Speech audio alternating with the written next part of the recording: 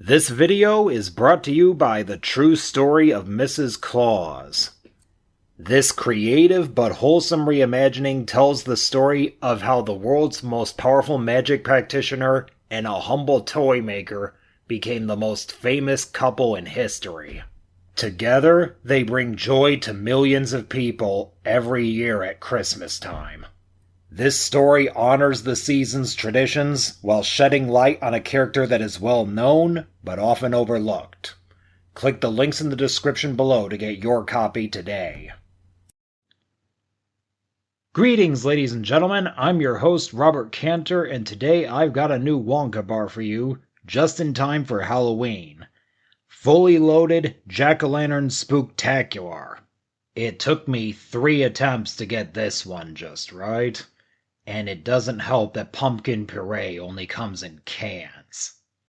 You can store pumpkin puree in an airtight container in the freezer for about a year, but this stuff does not thaw easy.